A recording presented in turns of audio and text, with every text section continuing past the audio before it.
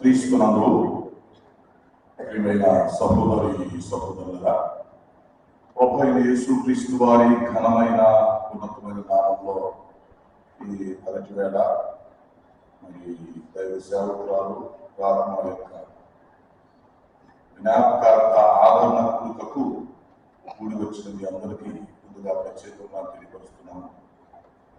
మరి ప్రారంభ యొక్క దాదాపు 30 సంవత్సరాల నుంచి మించుగా మాకు పరిచయం. సో ఆమె మా హృదయంలో ఒక సొంత అక్కలాగా స్థానాన్ని సంపాదించుకుంది. ఇప్పుడు ఆమె లేకపోతే ఇంకొక మాటలో చెప్పాలంటే సొంత అక్కను కోరుకున్నటువంటి ఆ ఫీలింగ్ ని అనుభవిస్తారు ఆ లోటు. అలా ఎంతో మంది హృదయాలను గెలిచినటువంటి ఆమె మామూలుగా సమాజం లెక్కలు వేరు, హృదయాలను గెలవడం వేరు. సో ఈ లోకంలో ఒక మంచి క్రైస్తవురాలుగా, ఒక మంచి పరిచయాలుగా జీవించి విజయవంతంగా యాత్ర ముగించుకొని వెళ్ళింది. ప్రభు దగ్గర ఆయన సిద్ధపరిచిన స్థలంలో ఉందని మనం నమ్ముతున్నాం. ఈ సమయంలో కొద్ది నిమిషాలు మనం దేవుని యొక్క వాక్యాన్ని ధ్యానం చేయబోతున్నాం. వాక్యం కొరకు మన మనసును సిద్ధం చేద్దాం. మరి ముందుగా అధ్యక్షుల వారికి, సంఘ కాపుల గారికి, కుటుంబానికి, ఇక్కడికి వచ్చినటువంటి దైవ సేవకులకు, పెద్దలకు, ఆయా స్థలాల చుట్టూ వచ్చిన మీ అందరికీ కూడా ప్రత్యేకంగా తెలియపరుస్తున్నాం. మరి అంత కొంతకాలం నుంచి సిక్ అయింది మనకు తెలుసు. ఈ మధ్య కాలంలో మేము మాట్లాడుకున్నాము. అయితే ఇంత త్వరలో అవుతుందని అనుకోలేదు.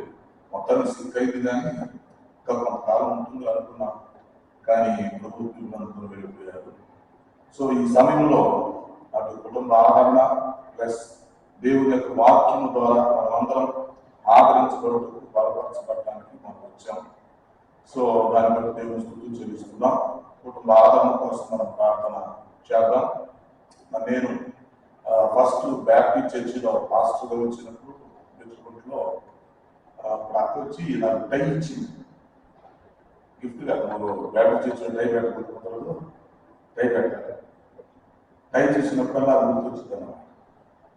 తర్వాత ఇంకొక ఆయన నుంచి కోట్ ఇచ్చాడు షూట్ వచ్చి. సో అక్క ఒక మంచి పరిచారకురాలు. ఎంతో మంది పరిచారకులు మన బైబిల్లో చూస్తుంటాం, అందులో కూడా ఒక వ్యక్తిగా మనకు కనిపిస్తుంది. సో ఆ విషయాన్ని నేను వాక్యంలో చెప్తాను. ఈ సమయంలో కొద్ది నిమిషాలు దేవుని వాక్యం కొరకు మన మనసును సిద్ధం చేద్దాం. అయితే ఇంకొక మాట కూడా చెప్పాలి. నాకు పరిచయం అయిన కొద్ది కాలానికి అప్పుడు నేను అది 96లో కంటి ఆపరేషన్ చేయించుకున్నాను ఎల్విఎస్ హాస్పిటల్. అప్పుడు అక్క దగ్గరుండి సొంత వ్యక్తి నాకు ఆపరేషన్ చేయించింది. తర్వాత అప్పుడు నేను కొంతకాలం సిక్ అయినప్పుడు ఇంట్లో ఉన్నప్పుడు వచ్చి పరిచయం చేసింది. అప్పటి నుంచి అదే ప్రేమ కంటిన్యూ చేస్తూ వచ్చింది. సో ఒక సొంత కుటుంబంలాగా ఆ కుటుంబంతో మంచి పరిచయం ఉంది. ఒక మంచి ప్రార్థనాపరులుగా, అలాగే మంచి వాక్యం పట్ల ఆసక్తి కలిగిన వ్యక్తిగా, వాక్యం అంటే ఎంతో పిచ్చి, వాక్యం పట్ల మంచి ఆసక్తి కలిగినటువంటి వాడిగా, ఒక మంచి సువార్తికురాలుగా, అనేక మందిని కలుపుకొని పోయే వ్యక్తిగా, అనేకులు బలపరిచే వ్యక్తిగా మనందరికీ తెలుసు. ప్రత్యేకంగా నేను చెప్పడం కాదు, ఆ సాక్షి మీ అందరూ కూడా చెప్పగలరు. కాబట్టి మరి తాను మంచి సువార్తికురాలుగా ఎక్కువ సమయం దేవుల్లో గడిపి అనేక మందికి వాక్యం చెప్పి అనేక మందిని సంఘానికి నడిపించింది. ఇక నారాయణ చర్చిలో, ఫిలింనగర్ చర్చిలో, ఆయా చర్చిల్లో మరి ఆమె చేసిన పరిచర్య ఉంది. అప్పట్లో వృద్ధుల ఆశ్రమంలో కొంతకాలం పనిచేసింది. సో అలాగా దేవుడు తనకిచ్చినటువంటి పరిధిలో తనకి ఇవ్వబడిన అవకాశాలను ఉపయోగించుకొని మరి తన జీవితాన్ని విజయవంతంగా ముగించుకుంది. ఇక్కడ మనం నేర్చుకునే లెసన్ ఏంటంటే, మన జీవితాలు ఎప్పుడు ముగింపో మనకు తెలియదు, ఎప్పుడు పిలుపు వస్తుందో మనకు తెలియదు. అయితే దేవుడు మనకిచ్చిన పరిధిలో మన జీవితానికి మనం కూడా న్యాయం చేయాలి. అంటే దేవుడు ఇచ్చినటువంటి ఆ జీవితానికి నేను న్యాయం చేయగలిగాను, ఆయన పని చేయగలిగాను ఆలోచన ఉండేటట్టు మన జీవితాలు జీవించాలి. ఆ విధంగా మనం జీవించిందని చెప్పడం ఎలాంటి సందేహం లేదు. మ్యాక్సిమం ఎవరితో శత్రుత్వం పెట్టుకోరు, అందరితో సన్నిహితంగా ఉండి అందరిని కలుపుకొని పోయేటువంటి వ్యక్తి, అందరినీ బలపరిచేటువంటి గుణం, మరి దేవుడి దగ్గర నడిపించేటువంటి వ్యక్తిగా మనం చూస్తాం. సో ఆ లేనటువంటి లోటు ఆమెతో పరిచయం ఉన్న వాళ్ళందరికీ ఉంటుంది. ఆ లోటు ఖచ్చితంగా ఉంటుంది కాదు. కాకపోతే ప్రభు దగ్గర ఉంది, ఒక రోజు మనం ఆమెను చూస్తామని నిరీక్షణ మనకు ఉంది కనుక ఆ నిరీక్షణ బట్టి ఇప్పుడు మనం ధైర్యంగా ఉండగలం. అలాగే ఒక రోజు మనం చూస్తాం. సో అట్టి నిరీక్షణతో బోధాలు కలిగి ఉండాలని మనం చేస్తూ నేను వాక్యంలోకి వస్తున్నాను. తల వంచని చిన్న ప్రార్థన చేసుకొని కొద్ది నిమిషాలు దేవుని యొక్క వాక్యాన్ని ధ్యానం చేద్దాం. వాక్యం కొరకు మన మనసును సిద్ధం చేసుకుందాం. ఈ పగటి వేళ దేవుడు తన వాక్యం ద్వారా మనందరితో మాట్లాడినట్లుగా, దేవుడు తన స్వరం మనకి వినిపించినట్లుగా ప్రార్థనాపూర్వకంగా ఉందాం. ప్రార్థన చేద్దాం.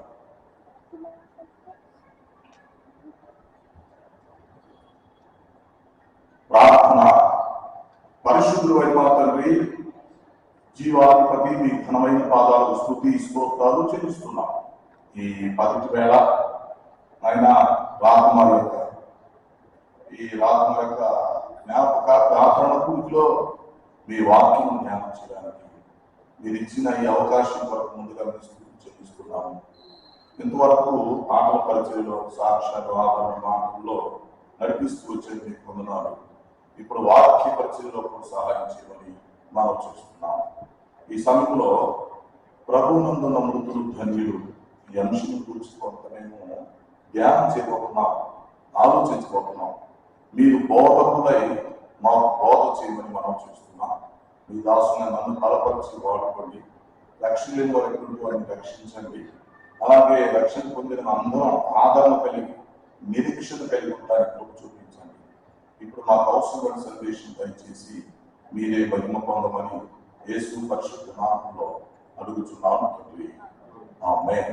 ఓకే, వీళ్ళ ఈ మొదటి వేళ ఈ జ్ఞాపక కూడి వచ్చింది అందరికీ ఒకసారి ప్రత్యేకంగా తెలియజేస్తూ మిమ్మల్ని వర్తమానం కొరకు ఆహ్వానిస్తున్నాం. ఈరోజు మన ధ్యానాంశం ప్రభువునందు మృతులు ధన్యులు. ఇప్పటి నుండి ప్రభువునందు మృతులు ధన్యులని రాయమని ఒక స్వరం యోహాను భక్తునికి పద్మాస్ దీంట్లో వినిపించింది. సో అది రాశాడు. ఇక్కడ ఒక విషయాన్ని మనం ఆలోచించాలి. జనరల్గా మరణాన్ని మనం ఒక కీడుగానో శాపంగానో భయంగానో తీసుకుంటాం. మనకు తెలుసు మరణం అంటే అందరికీ భయం. మరణం అనేది నిజంగా చెప్పాలంటే అందరికీ ఒక శత్రువు. దాన్ని ఒక కీడుతో మనం పోల్చుకుంటాం. అది దుఃఖకరమైన విషయం. కానీ ఇక్కడ చూడండి, ప్రభువునందు మృతునందు మృతులు ధన్యులు అని చెప్పట్లేదు. అంటే చనిపోవడం ఎలా తెలియదు. ఒక వ్యక్తి రక్షించబడి ఒక విశ్వాసగానో లేక ఒక పరిచారకుడుగానో సేవకుడుగానో ఉండి చనిపోతే వారు ధన్యులు అని ఎలా మనం చెప్పగలం? అది అంటే మరణంలో ధన్యత ఉంటుందా? ఎలా అవుతుంది నిరూపించాలి. అసలు ఈ సందర్భం ఏంటి? యోహాను భక్తులు ఇది ఎందుకు రాయాల్సి వచ్చింది? మనం ఆలోచించాల్సిన విషయం ఏంటి? మరణం అంటే అందరూ శత్రులే కదా. మరణాన్ని ఉపయోగిస్తాడు. మరణం అంటే అందరికి కోపం వచ్చి శత్రువు మరణం. తర్వాత మరణం అంటే భయం, దుఃఖం, అందరి నుంచి మనల్ని విడదీస్తుంది, ఒంటరితనాన్ని తీసుకెళ్ళిపోతుంది మరణం. కానీ మరణం అనేది ధన్యత అని బైబిల్ చెప్తుందంటే ఎందుకు చెప్పాల్సి వచ్చింది? దీని భావం ఏంటి? ఎన్నోసార్లు మనం బైబిల్ చదువుతూ ఉంటాం, లేకపోతే ప్రసంగాలు వింటుండొచ్చు, చెప్తుండొచ్చు, ఓకే. కానీ దాని భావాన్ని మనం అర్థం చేసుకోవాలి ప్రాక్టికల్. అసలు ఆ విషయాన్ని ఎందుకు రాయాల్సి వచ్చింది? యోగంలో అక్కడ సందర్భం ఏమై ఉంటుంది గమనించాలి. ఇలా వాళ్ళు గమనించండి, ఈ లోకంలో ప్రతి వ్యక్తి మరణిస్తాడు. అది వాస్తవం. పుట్టినోడు గిట్టకు తప్పదన్నట్టుగా జన్మించిన ప్రతి వ్యక్తి ఏదో ఒక రోజు మరణిస్తాడు. వెనకాల మనకు తెలుసు. అయితే ఈ మరణంలో ఒక పాయింట్ చెప్పాలి. మరణించేటప్పుడు ఒక వ్యక్తి ప్రభుత్వంలో ఉండి మరణిస్తున్నాడా, ప్రభు లేకుండా మరణిస్తున్నాడా అనేది ఒక పాయింట్. మరణించడం అనేది డెత్ ఈజ్ కామన్. దాని గురించి మనం చెప్పేది ఏం లేదు. మరణించుకుంటే ఎవరు ఉంటారు? వెనకాల ముందు అందరూ మరణిస్తారు కదా. ఆరోగ్యంగా ఉన్న వాళ్ళు కూడా మరణిస్తారు. ఒకవేళ 80 సంవత్సరాలు బ్రతికిన 100 సంవత్సరాలు బ్రతికిన మరణించడం తప్పదు కదా. కానీ విషయం ఏంటంటే ఒక వ్యక్తి మరణించే లోపు అతను ప్రభువులో ఉండి మరణిస్తున్నారా, ప్రభు లేకుండా మరణిస్తున్నారా అది కావాలి. రక్షణ పొంది మరణిస్తున్నాడా, రక్షణ లేకుండా మరణిస్తున్నాడా అనేది కాదు. అయితే ఇప్పుడు విషయం ఏంటంటే, ఒక వ్యక్తి రక్షణ పొంది మరణించేటట్లయితే ఆ మరణం బ్లెస్సింగ్ అవుతుంది. నా పాయింట్ అర్థం చేసుకోవాలి. ఒక వ్యక్తి రక్షించబడి మరణించడం అయితే ఎస్, ఆ మరణం అతనికి ఆశీర్వాదం అవుతుంది. ఒక వ్యక్తి రక్షించబడకుండా ప్రభువులో లేకుండా మరణిస్తే ఆ మరణం అతని శాపం. మరణం మరణం ఒకే, అందరూ మరణిస్తారు. ఆస్తికులు రక్షణ పొందినోడు, రక్షణ లేనోడు, ఎలాంటి భేదం లేకుండా అందరూ మరణిస్తారు. అయితే మరణించేలో ఒక వ్యక్తిగా తన రక్షణ పొందగలిగితే, యేసుక్రీస్తుని సొంత రక్షకుడుగా ప్రభువుగా అంగీకరించే పరిస్థితిలో ఉంటే, బాప్తిసం తీసుకొని ఒక మంచి విశ్వాసగా ఉంటే, తర్వాత విశ్వాసం అవ్వచ్చు, పరిచయం అవ్వచ్చు, సేవకుడు అవ్వచ్చు, వేరే విషయం, మొత్తానికి ప్రభువులో ఉండి మరణిస్తే ఆ మరణాన్ని ఆశీర్వాదంగా తీసుకుంది బైబిల్. సో ఇక్కడ ప్రభువునందు మృతులు ధన్యులు అని చెప్పాడంటే, ధన్యులు అనే దాన్ని బ్లెస్డ్ పీపుల్ అంటాం. అంటే ఆశీర్వదించబడిన వాళ్ళు, లేక ప్రత్యేకించబడిన వాళ్ళు, లేక సంతోషించేవాళ్ళు అని అర్థం వస్తుంది మూల భాషలో. అంటే ఇప్పుడు ప్రభువులో ఒక వ్యక్తి మరణిస్తే మరణాన్ని కూడా ఆశీర్వాదంగా తీసుకోవాలను, మరణాన్ని ధన్యతగా తీసుకోవాలను. ఓకే, ఇక్కడ ఇంకొక విషయం చెప్తా. ఎందుకు ఈ విషయం చెప్పాల్సి వచ్చిందంటే, ఆ రోజుల్లో ఈ రోజుల్లో కూడా రేపు కూడా ఒక ప్రశ్న ఇస్తుంది. యేసుక్రీస్తుని నమ్మకం చనిపోతే ఏంటంటే, యేసుప్రభు నమ్మకం చనిపోయారు, బాప్తిసం తీసుకున్నారు, చనిపోయారు ఏంటి అని అడిగేవాడు చాలా మంది ప్రపంచంలో. వాళ్ళకి సవాలుగా ఇది చెప్పబడి, ఇప్పుడు ప్రపంచంలో క్వశ్చన్ ఇది. మీరు రక్షణ పొందుతున్నారు, రక్షణ పొందుతారు, లేక యేసుప్రభు నమ్ముకుంటారు, బాప్తిసం తీసుకుంటారు, ఆ వ్యక్తి మరణిస్తాడు ఏంటంట, అందరూ మరణించలేదా? ఇప్పుడు ప్రభు నమ్ముకొని మరణిస్తారు, ఏమైంది అని పిచ్చపరుషం అడుగుతారు. దానికి సవాలు ఇస్తుంది ఇక్కడ వాడతాం, దానికి ఆన్సర్ చేస్తుంది. ఇక్కడ మరణిస్తారు, అందరికి మరణం వస్తుంది, కానీ ప్రభువులకు మరణించేవాడు అది బ్లెస్సింగ్ అని చెప్పి బైబిల్ చెప్తుంది. ఆ రోజుల్లో యోహాను భక్తుడు ఆ ప్రకటన గ్రంథం రాసుకున్న కాలంలో కూడా చాలా మందికి ఇదే సమస్య, ఇదే ప్రశ్న. అప్పట్లో వారి ఆది అపోస్తుల కాలం సువార్త ప్రకటిస్తున్నప్పుడు చాలా మంది ఈ ప్రశ్నని అడిగేవాడు. తీసుకురావడం లాభం, బాప్తిసం తీసుకుంటే ఏంటంట, చర్చకి వస్తే ఏంటంట, అది ఎందుకు ఆరాధన చేయాలంటారు అంటే, ఇప్పుడు చచ్చిపోతే ఏంటంట, మా చావుకుంటే దేవుడు ఆపుతున్నారా అని చెత్త ప్రశ్నలు ఆపులు అడిగేవాళ్ళు ఇప్పుడు అడుగుతారు, రేపు కూడా అడుగుతారు. అది ఎప్పుడుండే ప్రశ్న. అయితే దానికి చెప్తుంది ఇప్పుడు బైబిల్ జవాబు. ప్రభువునందు ఎవరైతే వృద్ధి నొందుతారో వారు ధన్యులు. అది ఇది శ్రమల కాలంలో తీసుకున్న భవిష్యత్తులో వర్తమాన కాలానికి ఇప్పుడు వర్తిస్తుంది, అప్పట్లో గత కాలానికి వర్తించింది. అది అంటే ఒక వ్యక్తి కాదు చనిపోయే లోపు ప్రభువును తెలుసుకొని చనిపోవడం అనేది లైఫ్ ఇంపార్టెంట్. వారు ధన్యులు అవుతారు అంటే ఒక ప్రత్యేకించబడినటువంటి ప్రతిగా, ఆశీర్వదించబడిన వారిగా, సంతోషించబడినటువంటి వారిగా, ఒక ఉన్నతమైన స్థితిలో ఉండే వారిగా ఉంటారని దీని భావం. ఓకే, సరే ఇప్పుడు లోపలికి వెళ్ళిపోదాం. ఎందుకే ఒక వ్యక్తి ప్రభువును అనుకుని చనిపోయాడండి. ఇప్పుడు రాత్మరక్క చనిపోయారు, ఓకే, మరొకరు చనిపోతారు, రైట్.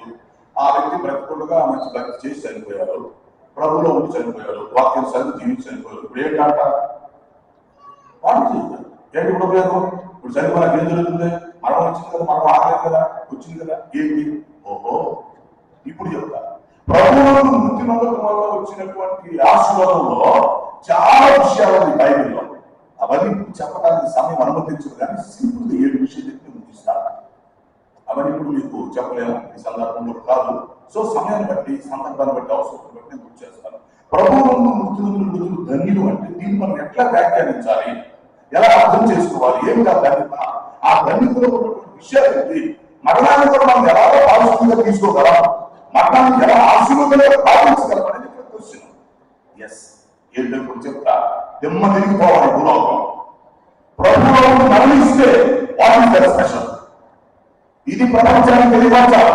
ముందు బుద్ధి తెచ్చుకొని క్రైస్తవులు మిగతా వాళ్ళు తెలియపరచాలి విషయాలు. ప్రపంచానికి తెలియాలి. ప్రభువులను మృతులు అని బోర్డు పెట్టుకుంటే, సిరువులు పెట్టుకుంటే కుదరదు, లేకపోతే కంఠస్థం తీసుకుంటే కుదరదు, ప్రసంగాలు తీసుకుంటే కుదరదు. దాన్ని ప్రాక్టికల్ గా ఆలోచించినప్పుడు ప్రభువులను మృతులు ధన్యత పేరుగా ధన్యత అనేది ఆ ధన్యతలో ఉన్నటువంటి అంశాలు ఏంటి, లేక దాన్ని ఎలా మనం దర్శనంగా తీసుకోగలం అని ఆలోచిస్తే మరి నా దగ్గర చాలా విషయాలు ఉన్నాయి, పెద్ద మిస్టేక్ నా దగ్గర. అవన్నీ ఇప్పుడు నేను చెప్పను. ఏ విషయాన్ని సింపుల్ గా గుర్తు చేస్తా. అప్పుడే ఓహో బాప్టిస్ట్ తీసుకోవడం ఎంత విలువ ఉందా, క్రైస్తవులుగా మరణిస్తే ఎంత విలువ ఉందా, మరలా బ్లెస్సింగ్ ఉండాలి. మనిషికి పొడవ తిరిగి పెట్టారు. క్రైస్తవ మరణంలో ఉన్నటువంటి బ్లెస్సింగ్ తెలుసుకోవాలి. మరణం అనేది మనకు దుఃఖాన్ని కలిగిస్తుంది, అది నిజమే, ఎడబాటు కలిగిస్తుంది. ఆ వ్యక్తిని మనం కోల్పోతున్నాం, ఆ లోటు ఉంటుంది, ఆ వ్యక్తిని మనం చూడలేము. సో ఇవన్నీ మనకు తెలుసు. ఆ బాధని మనం తీర్చలేదు, అది కూడా మనకు తెలుసు. కానీ అట్ ద సేమ్ టైం మరణాన్ని బ్లెస్సింగ్ గా బైబిల్ చెప్తుంది. అదేంటి ఇప్పుడు నేను చెప్తాను. సింపుల్ గా వీటిని నోట్ చేసుకోవడానికి, అర్థం చేసుకోవడానికి మీరు ప్రయత్నం చేయొచ్చు.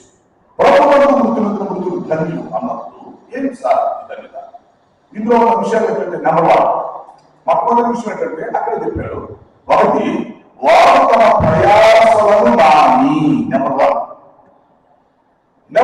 వారు తమ ప్రయాసలను మాని అంటే ఒక వ్యక్తి లక్షించుకొని మరణించినప్పుడు ఏమవుతుందంటే తన ప్రయాసం వదిలేస్తారు, ప్రయాసాలకి గుడ్డే పడేస్తారు.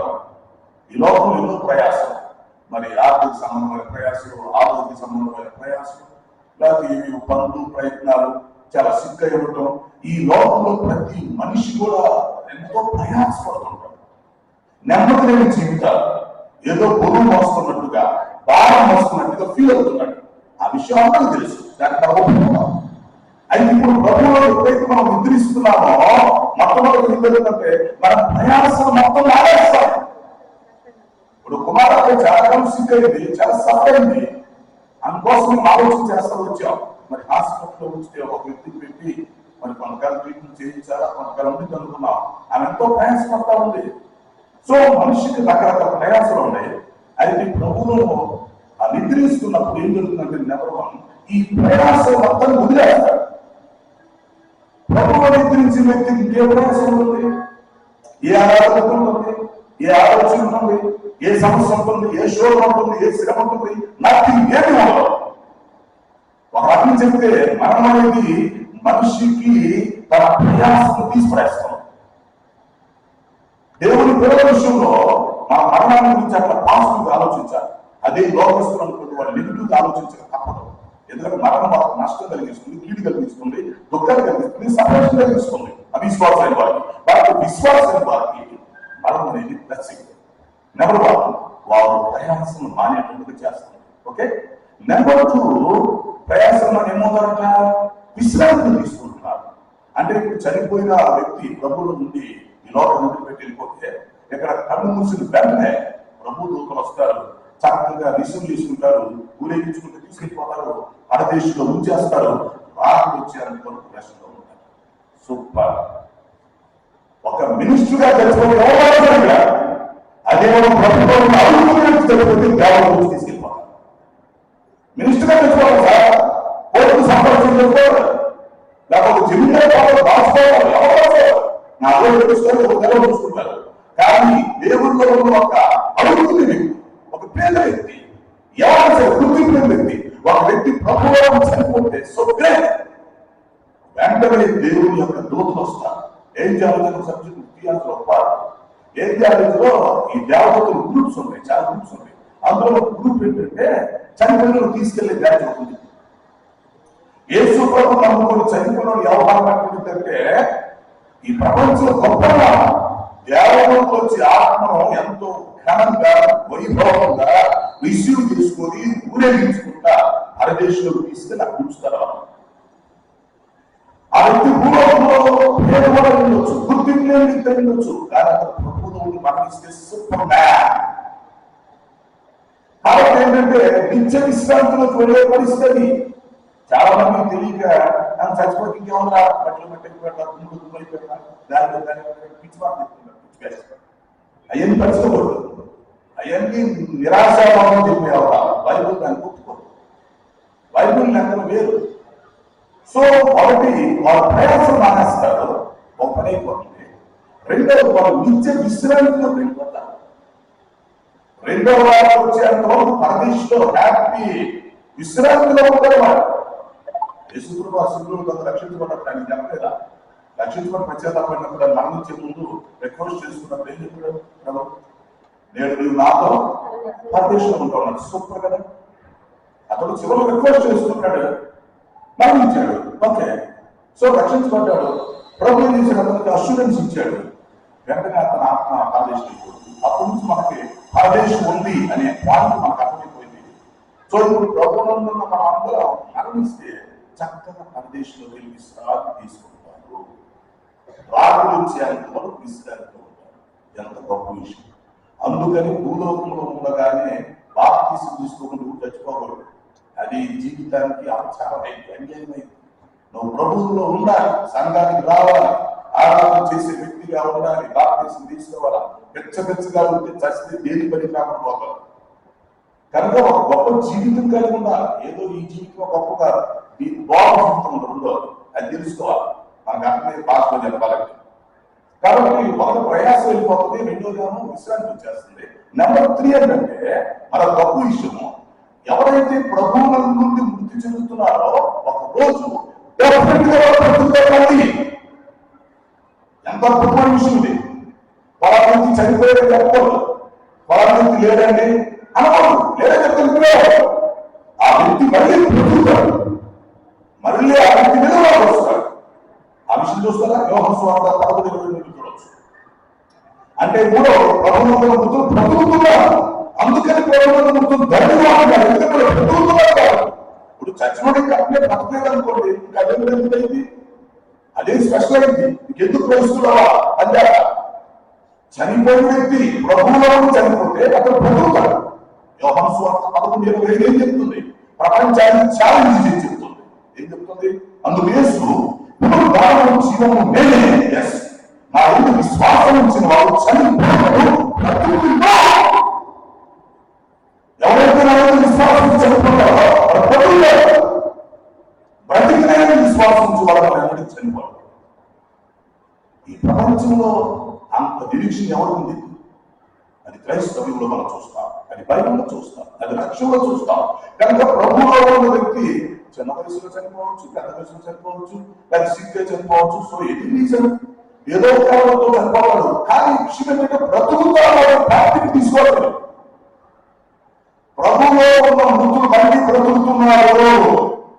యోహాను సువార్తలో చెప్పాడు 5:28 ఒక గడియవలసినది మృతులు దేవుని కుమారుని శబ్దము విను గడియవచ్చు.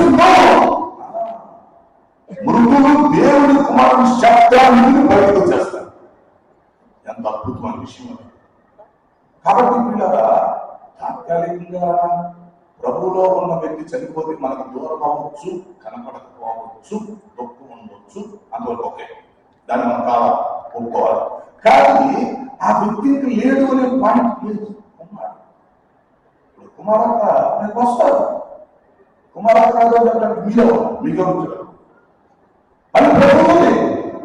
యేసుప్రభు బ్రతుకుతుందని చెప్పినప్పుడు బ్రతకదని ఎక్కడ బాగా అని యేసుప్రభుని బహుమానం చెప్పుకుంటున్నాడు అని యేసుప్రభు ఆత్మ చెప్తున్నాడా?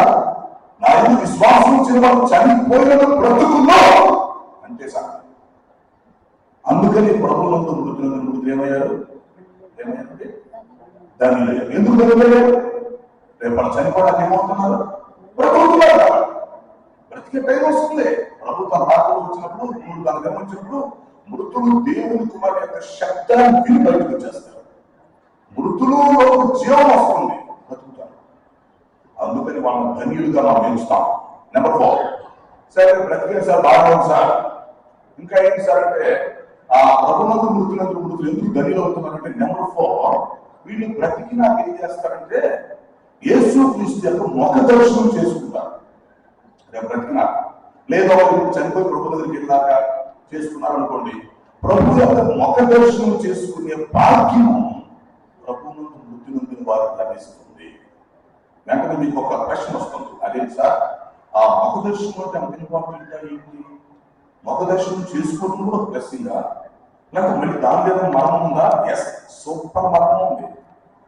ప్రభు ముఖ దర్శనం చేసుకోవడం అంటే ఒక వ్యక్తి ప్రభువులో చనిపోతాడు, రైట్, అతను ప్రభు ముఖ దర్శనం చేసుకుంటాడు, రైట్. మరి ప్రభు ముఖ దర్శనం చేసుకోవడం ఏంటి? ఆ చెప్పింది మట్టిపోయి కలవాలి. ఏంటి తెలిసిన ఒక్క నిమిషం మనం ప్రభు ముఖ దర్శనం చేసుకున్నప్పుడు దాని యొక్క ఫీలింగ్, దాని యొక్క సాటిస్ఫాక్షన్ ఎట్లుంటుందంటే, ఉదాహరణకి ఒక వ్యక్తి 100 సంవత్సరాలు బ్రతికి చచ్చిపోయాడు. 100 సంవత్సరాలు చాలా హ్యాపీగా బ్రతికి ఎంజాయ్ చేసి బాగా సాటిస్ఫాక్షన్ గా బ్రతికి అనుకున్నది మొత్తం అనుభవించి చనిపోయాడు అనుకోండి, ఎంత హ్యాపీగా ఫీల్ అయి చనిపోయాడు అనుకోండి.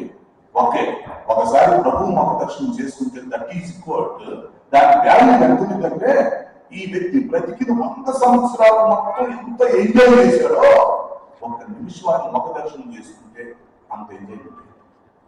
అంటే 100 సంవత్సరాల జీవితం కూడా చెత్త అనుకుంటాడు. అంటే ఆ ముఖ దర్శనంలో ఉన్న ఫీలింగ్ అది సాటిస్ఫాక్షన్ అన్నమాట.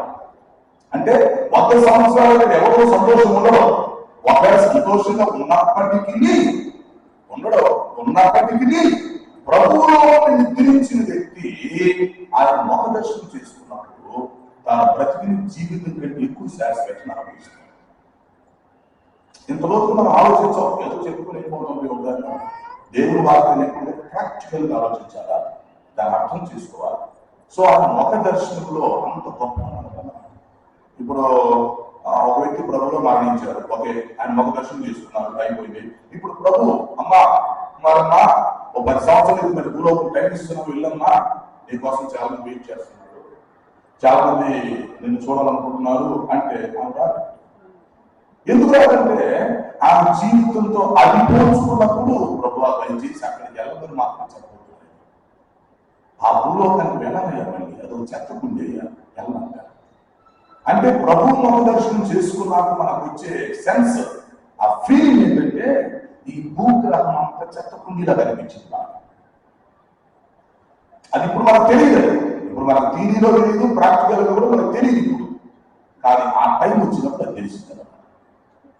అందుకనే ప్రభు నందు నమ్ముతుడు ధన్యులు. ఏమిటి ధన్యులంటే వారు ఆయన ముఖ దర్శనము చేసుకోగలుగుతారు. ఆయన ముఖ దర్శనం చేసుకున్నప్పుడు అది భూలోకంలో జీవించిన జీవితం మొత్తం కంటే అధికంగా కనిపిస్తుంది. 100 సంవత్సరాల జీవితం యొక్క తృప్తిని ఒక్క నిమిషంలో మనిషి పొందుతాడు. ఎప్పుడు ఆయన ముఖ దర్శనం చేసినప్పుడు. అందుకని నీతిమంతులు ఆయన ముఖ దర్శనం చేస్తారని, యథార్థవంతులు ఆయన ముఖ దర్శనం చేస్తారని మనం బైబిల్లో చూస్తాం.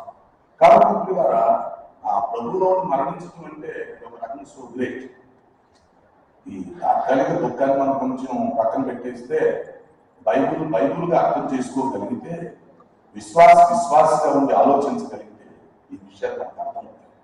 నెంబర్ 5, సరే ప్రభువులో నందు మృతి నొందాడు. ఓకే, నెక్స్ట్ వస్తున్న బెనిఫిట్ తెలిసిన మరొక గొప్ప విషయం, ఈ చనిపోయిన వ్యక్తి బ్రతికినాక క్రీస్తు నందున్న మృతులు ప్లస్ క్రీస్తు నందున్న సజీవులు ఇద్దరు కలుసుకుంటారు, గుర్తుపడతారు. ఏం పర్వాలేదు, అంత గొప్ప విషయం. ఇలాంటి విషయాన్ని ప్రపంచానికి తెలిస్తే లక్షల మంది మారేవాడు. కానీ వీళ్ళకి ప్రజలకు చెప్పాలి. చెప్పిన వినేవాడు, నమ్మేవాడు కాదు. మరి నువ్వు యేసు ప్రభువు నమ్మకం చచ్చిపోతే మళ్ళీ బ్రతుకుతావురా, అటు చనిపోయిన వాడిని బ్రతుకున్న ఇద్దరు చూస్తావు అని చెప్తే, అలాంటి మాట ఎవరు చెప్తున్నాడు ఈ భూమి? అది భరించు. సో క్రీస్తు నందున్న మృతులు సజీవులు అందరూ కలుసుకుంటారు. రోజు కలుసుకొని గుర్తుపడతారు. అలాంటి సమయం వస్తుంది, అప్పుడు నిజమైన సంతోషం అనుభవించగలుగుతారు మనిషి. అందుకే ప్రభువులో ఉండి మరణించాలి.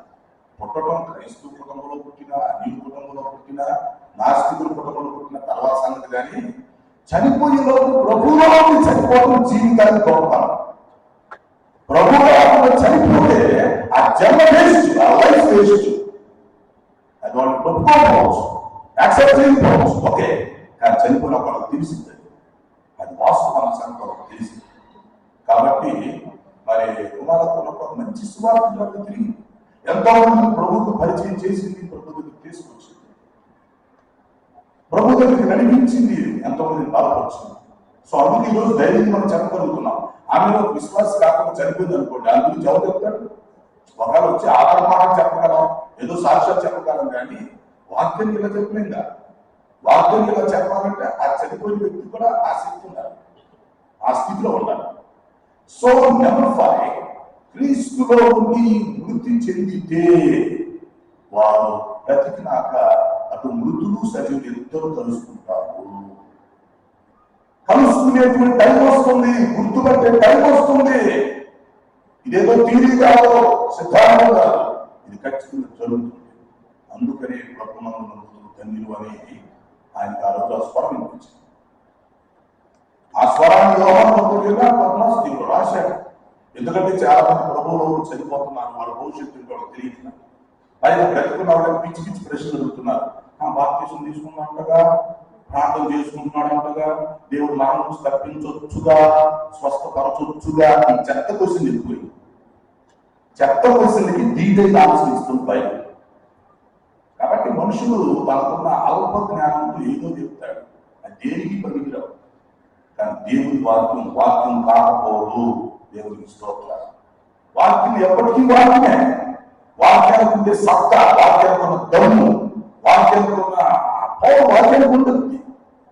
కనుక సజీవ వృత్తులు కలుసుకుంటారు, చాలా ఎంజాయ్ చేస్తారు టైం వచ్చినప్పుడు. నెంబర్ 6 అపరకేంద్రులు తెలిసిన ఈ క్రీస్తునందున్న వృత్తులు అందరూ బ్రతికిన తర్వాత వీళ్ళకి మరో ప్రివిలేజ్ ఉంది. నెంబర్ 6లో ఏం చెప్తున్నారంటే, వీళ్ళందరూ న్యాయపీఠం దగ్గరికి వెళ్తారు. చక్కగా వెళ్ళి ఎవరికి రావాల్సిన ప్రతిఫలం వాళ్ళు తీసుకుంటారు. అంటే జీతాలు తీసుకున్నట్టే అనమాట, బహుమానాలు తీసుకున్నట్టే. ఈ లోకంలో బ్రతికుండగా, ఈ లోకంలో రక్షణ పొందిన తర్వాత వాళ్ళు జీవించిన జీవితాన్ని బట్టి, వాళ్ళు చేసిన సేవను బట్టి ఎంతమందికి సువార్త చెప్పారు, ఎన్ని ఆత్మలు రక్షించారు, ఎంత డబ్బు ఖర్చు పెట్టారు, ఎంత ప్రభుత్వ శ్రమలు పొందారు, ఎన్ని నిందలు పడ్డారు, ఎంత దూరం నడిచారు, ప్రతిదీ దేవుడు లెక్కలో తీసుకొని ప్రతిఫలం ఇస్తారు. అవార్డు రివార్డు వచ్చే టైం కుమార్ ఎక్కడికి వెళ్ళింది? అవార్డు రివార్డు జరిగింది. ప్రభువులో మరణిస్తే నెక్స్ట్ వచ్చేది అవార్డు రివార్డుకే. ఇక్కడ మనకు తెలియదు, ఎందుకంటే మనం ఎక్కడ ఆలోచనతుంటాం కదా. మనకంతా కింద ఉన్న ఆలోచన, పై ఆలోచన రాదు కదా.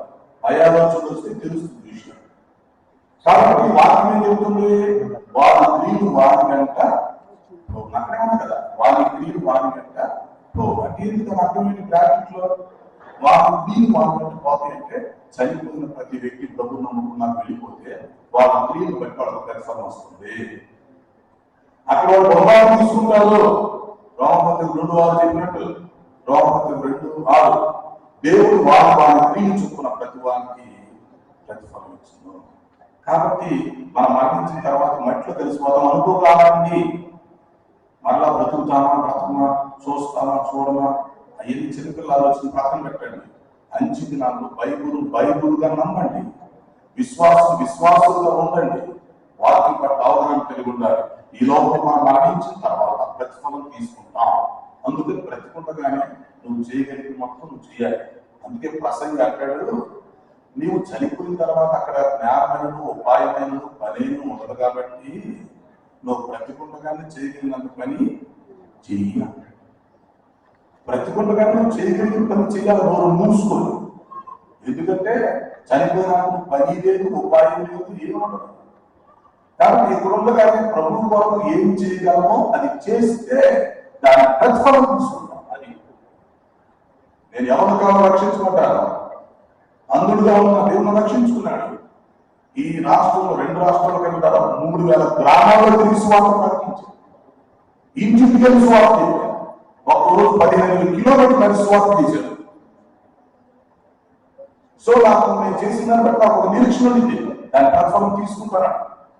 మనం ఈ లోకంలో ప్రభువు కొరకు ఏదైతే చేసి చనిపోతామో, చనిపోయిన తర్వాత దాని ప్రతిఫలం తీసుకుంటాం. గిన్నెలు నీళ్ళు ఇస్తే ప్రతిఫలం అన్నప్పుడు మన ప్రభు కొరకు బ్రతికిన దానికి ప్రతిఫలం ఉండదా? ఆయన కొరకు నువ్వు నిలబడ్డావు, డబ్బులు ఖర్చు పెట్టావు, ఎంతో దూరం నడిచావు, ఎంతో సమయాన్ని హెచ్చించావు, ఎంతో శ్రమలు పొందావు, ఎంతో మంది స్వార్థ చెప్పావు, ఎంతో మంది ప్రభుత్వం పరిచయం చేసావు. సో ఇప్పుడు దేవుడు దానికి ప్రతిఫలం ఇవ్వకుండా ఎలా ఉంటాయని. So number 6 award reward. ప్రభునందు మృతి నందినోళ్ళకు నెక్స్ట్ మిగులుతుంది అవార్డులే. గొప్ప స్థితిలో వారు బహుమానం తీసుకుంటారు, ప్రతిఫలం తీసుకుంటారు. ఓకేనా? ముగింపుకి వెళ్దాం. 7:1 ఏంటంటే, ఈ ప్రతిఫలం తీసుకున్న తర్వాత ప్రభుతో కలిసి మనం నిత్యత్వంలో ప్రవేశిస్తాం. నిత్యత్వం అది వాక్యం చెప్తుంది. మనం సదాకాలం ప్రభుతో కూడా ఉందుము. సదాకాలం అంటే మన 2వ జీవితాన్ని మొదలుపెట్టినప్పుడు పరలోకంలో లక్షల కోట్ల సంవత్సరాలు యుగయుగాలు మన ప్రభుత్వం ఉండబోతున్నాం. దానికి అంతం లేదు, మరణం లేదు, ఆకలి దప్పిక రోగాలు మరణాలు ఏముండవు. సో మన రెండవ జీవితం అది నిత్యత్వం. దేవదూతల వలె దేవుని కుమారుడుగా కుమార్తెగా మన రెండవ జీవితాన్ని నిత్యత్వంలో గడపబోతున్నాం, నిత్యత్వంలో ఉండబోతున్నాం. ఎప్పుడు? ప్రభువులో నుండి మరణిస్తే. ప్రభు ద్వారా మరణించేవాడికి రాయితీలు వర్తించవు. ఈ ప్రివిలేజెస్, ఈ ఆధిక్యత రాశిలోనూ వాళ్ళకి లభ్యం కావు. అందువల్ల ఈ మాట వింటున్న మీలో ఇంకా ఎవరు రక్షణ పొందలు ఉన్నారంటారా? ఇంకా బాప్తిసం తీసుకోకుండా బ్రతుకుతున్నారా? బ్రతుకులు ఉపయోగం లేని బ్రతుకులు. అర్థం చేసుకోండి. ఈరోజు దేవుడు మీతో మాట్లాడుతున్నాడు. ఆమె చనిపోయి స్వార్థ చెప్పిస్తుంది. ఇప్పుడు నాకు చనిపోయి బ్రతికిస్తూ వార్త చెప్పిస్తుంది. అది సాధన. అందువల్ల వాక్యం చక్కగా చెబుతుందంటే ప్రభువు నందు మృతులు ధన్యులు. ఒకసారి 7.7 నుంచి చెప్పాలి. నెంబర్ 1 ఏంటంట? ఎందుకు వీళ్ళు ధన్యులయ్యారు? భూలోకంలో వాడుకున్న ప్రయాసాలన్నింటినీ ఏం చేస్తున్నారు? వదిలేస్తున్నారు. ప్రయాసాలన్నింటికి సెలవు అయిపోయింది, రికార్డు. భూలోకంలో మానవులు పడే ప్రయాసకు మరణంతో రికార్డు. ప్రయాసం వదులుతున్నారు ప్రభువులో. రెండవది, రాత్రి వచ్చేంతవరకు నిత్య విశ్రాంతి, వెయిటింగ్ ఫర్ సెకండ్ కమింగ్. రాత్రి వచ్చేంతవరకు విశ్రాంతిలో ఉంటారు పరదేశంలో. నెంబర్ 3, ఏం జరుగుతుందంట? విశ్రాంతిలో ఉంటారు. ఏం జరుగుతుంది? మూడవది, యేసు ప్రభు తన రాకలో వచ్చినప్పుడు ఖచ్చితంగా ఆ వ్యక్తి మళ్ళీ బ్రతుకుతున్నాడు, జీవ పునరుద్ధానం బ్రతుకుతాడు, బ్రతికే పరిస్థితి. నాలుగవది, ఆయన ముఖ దర్శనం చేసుకుని సంతోషించే పరిస్థితి. 5, సజీవులు మృతులు అందరూ కలుసుకునే పరిస్థితి. 6, మన జీవితంలో మనం చేసిన దాన్ని బట్టి న్యాయబద్ధంగా మనకు రావాల్సిన ప్రతిఫలాన్ని మనం తీసుకుంటాం. 7వది, ప్రభుత్వం కలిసి శాశ్వత సదాకాలం ఉండబోతున్నాము. ఆయనతో ఉండటానికి మనందరికి ఒక టైం ఉంది. ముందు రెడీగా ఉంటారు, వెనకాడు మనందరూ వెళతాం, అందరూ కలుసుకుని సదాకాలం ఉండబోతూ ఉంటాం. సో ఈ మాట చేత మనం ఒకరినొకరు ఆదరించుకోవాలి, బలపరుచుకోవాలి, ఏమైనా డౌట్స్ ఉంటే క్లియర్ చేసుకోవాలి, అవిశ్వాసం ఉంటే తీసేసుకోవాలి. దేవుని బిడ్డలుగా మనం ఉండి మిగిలిన వాళ్ళకు కూడా ఈ నిరీక్షణకు సంబంధించిన విషయాలు చెప్పి టోటల్గా ముగింపులో ప్రతి వ్యక్తి మరణించే లోపు అతడు రక్షణ పొందేటట్లుగా ప్రభువులో ఉండి మృతి పొంది ఈ ధన్యతను సంపాదించుకునే స్థితిలో ప్రతి ఒక్కరు ఉండాలని మీకు మనం చేసుకున్నాం. ఈ వాక్యాన్ని బట్టి మీరు ఆదరించబడండి, మీరు నిరీక్షణ కలిగి ఉండండి. అలాగే మిగిలిన కూడా మన జీవితకాలంలో మనం ఎంతమందికి ఎలా స్వార్థ చెప్పగలమని చెప్పి మన జీవితాలకు మనం న్యాయం చేసుకుని వెళ్ళిపోదాం. ఆ తర్వాత సదాకాలం ప్రభుత్వం ఉంటాం. అలా నిత్యత్వంలో మనం ఉండడానికి, అటు నిరీక్షణ కలిగి ఉండడానికి ఇప్పటి నుంచి మనం దానికోసం ఏర్పాట్లు చేసుకొని అలాంటి రక్షణ నిరీక్షణ కలిగి మన జీవితాలను మనం కొనసాగించాలి అంటూ దేవుని యొక్క వాక్యం హెచ్చరిస్తుంది. అట్టి కృపను దేవుడు మనందరికీ దయచేసి ప్రార్థన చేద్దాం. తండ్రి స్తోత్రాలు. విన్న వర్తమానం మా హృదయాల్లో ఫలించింది.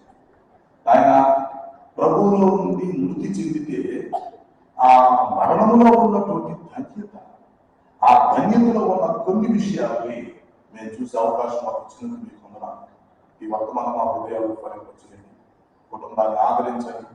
వచ్చిన ప్రతి ఒక్కరిని వాక్యం పట్ల అవగాహన కలిగి ఈ అంచె దినాలు అనేకులను మీ వైపు కూడా దయచేయండి. ఈ కార్యక్రమాలు కనుక జరిగిస్తూ వచ్చినందుకు మీకు స్తుతులు చెల్లిస్తూ యేసు పరిశుద్ధ నామములో అడుగుచున్నాము. ఆమేన్. థాంక్యూ.